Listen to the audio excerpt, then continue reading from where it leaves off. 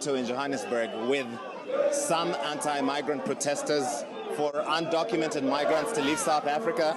And they've been walking around these streets, some of them singing songs celebrating Zulu pride and asking undocumented migrants to leave South Africa. They insist that they're not xenophobic, they're not Afrophobic. They want South African law to be respected. And they feel, some of them told me, that African migrants have taken over South Africa. They're criminals, that they are damaging their country, and it's time for them to go back and fix their own countries. Many African migrants who are seeking to flee South Africa fear for violence, they fear for their lives, even though South Africa has assured them that they will be safe. Several African countries are repatriating their citizens, including Zimbabwe, Uganda, Ghana, Nigeria, and Thousands Mozambique. of foreigners are fleeing South Africa as anti-immigrant sentiment surges. I'm crying because I'm leaving the small children. But why do some South Africans want undocumented foreigners out? There have been protests against foreigners and vigilantes have attacked migrants, even if they have legal status in recent months. Anti-foreigner groups say South Africa is overrun with illegal immigrants who take jobs, use up scarce public services, and are responsible for high crime rates.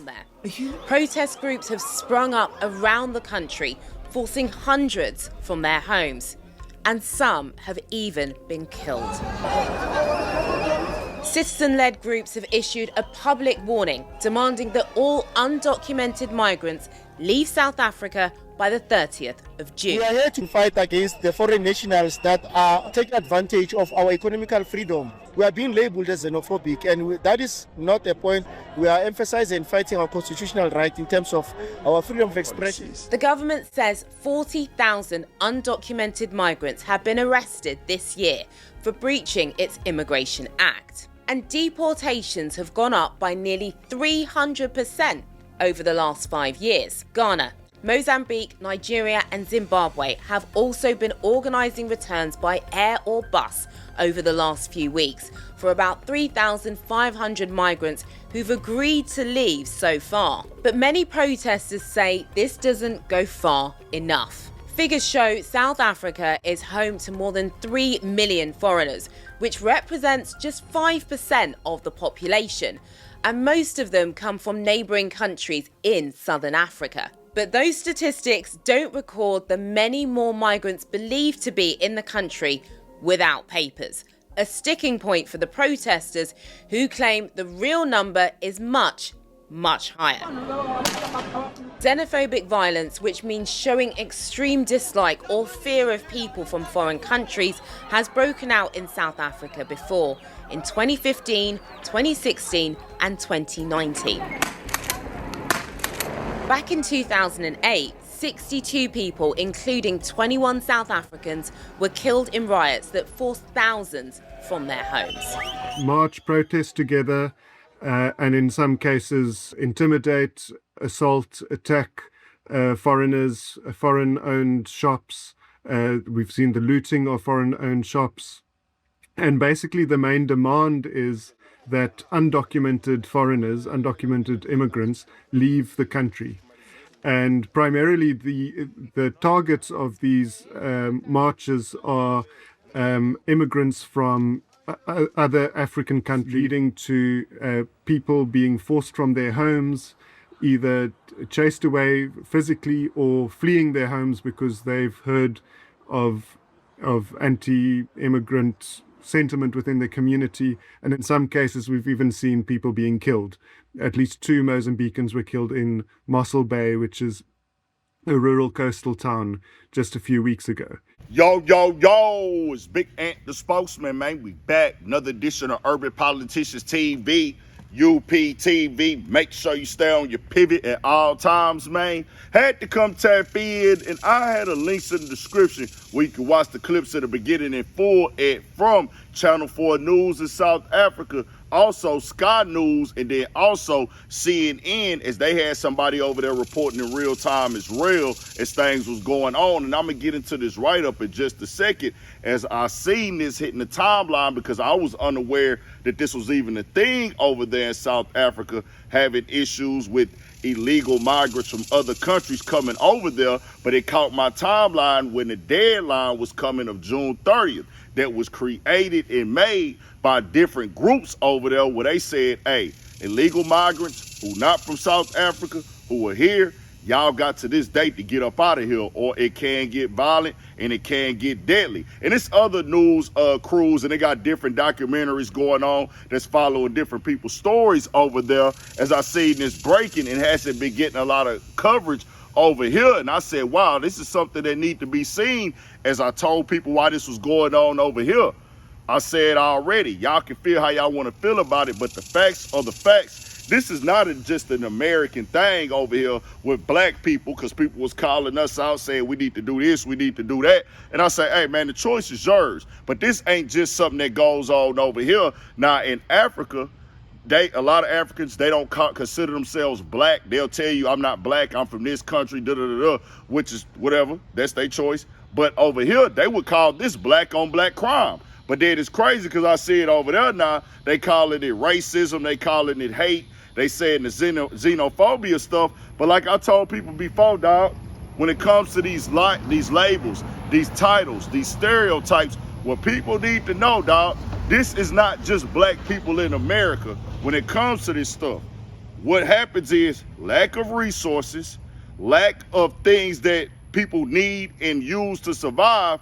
Once they get limited and split, these things happen. Over here, you didn't see black people in America going out there protesting. You didn't see black people in America going out there killing nobody, kicking nobody out, or nothing of the sort. But over there, they saying that our resources that we already lack are being used and taken by illegals. Now, I'm not over there to know exactly what's going on. I'm only reporting on it, and my thing is to bring awareness to this, to kill all these negative stereotypes that black people from America be having to wear. Like, this is something that just goes on over here. We got to wear the black on black violence thing, and I tell y'all all the time, black on black violence is a stereotype, and once it get put in your head by the system and the people, you start thinking that it's really a thing and that black people are not harming other black people because they are in proximity with each other. If you look it up, murders happen within proximity, just like over there.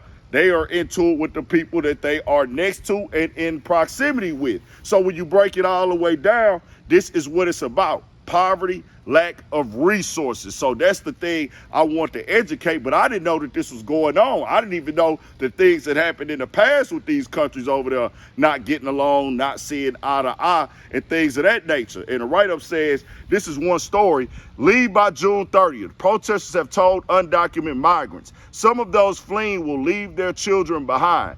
Government has condemned the deadline, but many fear violence. Durban, South Africa, June 29th. When anti-migrant sentiment escalated in South Africa, Malawian John Allen threw some clothes in a bag, said goodbye to a South African girlfriend and their 1-year-old son, and left to catch a bus out of the country. He has now been waiting in a makeshift camp in the city of Durban for 4 days, with thousands of other people hoping to depart before June 30th, an unofficial deadline set by anti-immigrant groups for all undocumented foreigners to leave. 2 Nigerian nationals were killed in disputed circumstances during anti-immigrant protests that escalated, leading up to an official June 30th deadline set by vigilante groups. Additionally, Ghana reported a 40-year-old citizen was fatally shot in Cape Town's Calistisha, I can't say that right, township during the demonstrations. Though South African authorities state that his death was a regular crime rather than xenophobia. Now, they saying it had been 900 arrests with this. People been having to go to these camps, fleeing, getting up out of there because it's getting real. They ready to have it going on. Like I say, I'm not there in real time. You can go look at other people that's interviewing people outside while it's going on. People that got to leave. People got businesses. They got to leave it behind because they already know it could go all the way left. And my thing was this. We got to bring some education to what's happening out here, bro, because they put these stereotypes out here. And ain't nobody talking about this going on over there, but it caught my timeline. I said, oh, no, we got to really speak on this right here and see what's really happening, what's the real situation with it. Somebody got any other information, put it out there, because this immigrant, illegal migrant, and immigrant conversation been heavy over here in America, and everybody was focused in on it when it was going down. Even people try to make black people over here feel away. Well, I say, hey, how do y'all feel about that going on over there? And it ain't just going on in Africa. It's going on in South America, Brazil, even a little bit probably. I don't know. Brazil got the most black people, if y'all didn't know. I think Africa, Nigeria is the second most black people, if I ain't mistaken. But this will be going down, bro. Groups, tribes, people being next to people in proximity. This ain't just going on over here in America, dog. It's going on in Asia, over there in Russia, all these other places. Keeping it all the way 100. Tell me what y'all think. We got more coming, more videos, all that. 1,000 for Shit Show. Stay on your pivot. Lock in with us. We got some more stuff dropping today, man, for Shit Show.